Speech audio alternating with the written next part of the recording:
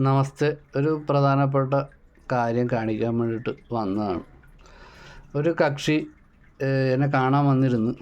അദ്ദേഹത്തിൻ്റെ ഒരു ആവശ്യം നിറവേറ്റാൻ വേണ്ടിയിട്ട് ഉപാസകനാണെന്നാണ് പറഞ്ഞത്. ഏതോ ഒരു വ്യക്തിയെ കൊണ്ട് ചെയ്യിച്ച കർമ്മമാണിത്. കുറേ പൈസ മേടിച്ചിട്ട് ഏലസ് ചെയ്ത് കൊടുത്ത്. അപ്പോൾ ഇത് കാര്യങ്ങൾ അദ്ദേഹത്തിന് കുറേ നാളായിട്ട് സംശയം തോന്നിയിട്ട് അത്രക്കേറെ പൈസ വാങ്ങിച്ച്. അപ്പോൾ അതുകൊണ്ട് ഇങ്ങനെ വന്ന് നമ്മളിത് തുറന്ന് നോക്കി. തുറന്നപ്പം ഇതിനകത്ത് കാണുന്നത് ഇത് ചുരുട്ടിക്കൂട്ടി ചതച്ച് വെച്ചിരിക്കുകയായിരുന്നു. ഇതിനകത്ത് അഷ്ടമം ചെയ്യണം, അതായത് റോളായിട്ട് ഇത് ഏലസിനകത്തൊക്കെ കയറ്റാൻ പാടുള്ളൂ.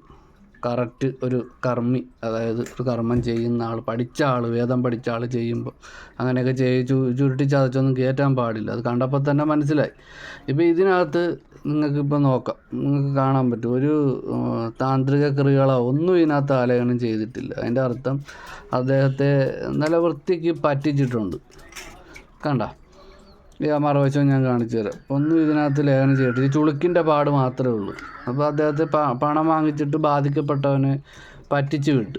ഇങ്ങനെ കുറേ ആൾക്കാരുണ്ട്. സത്യസന്ധമായ ഉപാസന എടുത്ത് ദൈവികപരമായിട്ട് സ്വന്തം ഉപാസനാമൂർത്തിയെ മനസ്സിൽ കണ്ട് ഉപാസനാമൂർത്തിയുടെ അനുഗ്രഹത്തോടു കൂടി കർമ്മം ചെയ്യുന്ന ആൾക്കാർക്ക് വരെ നാണക്കേടാണ് ഇങ്ങനെയുള്ള ആൾക്കാർ. ഇങ്ങനെ പറ്റിക്കരുത്. ഇത് വെള്ളി ആണെന്നൊക്കെ പറഞ്ഞിട്ടാണ്. ഇത് വെള്ളിയൊന്നുമല്ല, നിങ്ങൾക്ക് കാണാൻ പറ്റും.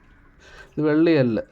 ഇതൊക്കെ പുറത്ത് മാർക്കറ്റുകൾ വാങ്ങാൻ കിട്ടുന്ന സാധനങ്ങളാണ്. ഇത് ഈ തകിടൊക്കെ മേടിച്ച് അദ്ദേഹത്തിനൊരു 10-50 രൂപ ചിലവാക്കിയാണ്. അതിന് വാങ്ങിച്ച തുക വളരെ ഭീമമായിട്ടുള്ള തുകയാണ്. അത് മോശമായിട്ടുള്ള കാര്യമാണ്. അപ്പം ഇത് നിങ്ങളിങ്ങനെയുള്ള ആൾക്കാരിലൊന്നും ചെന്ന് പെടരുത്.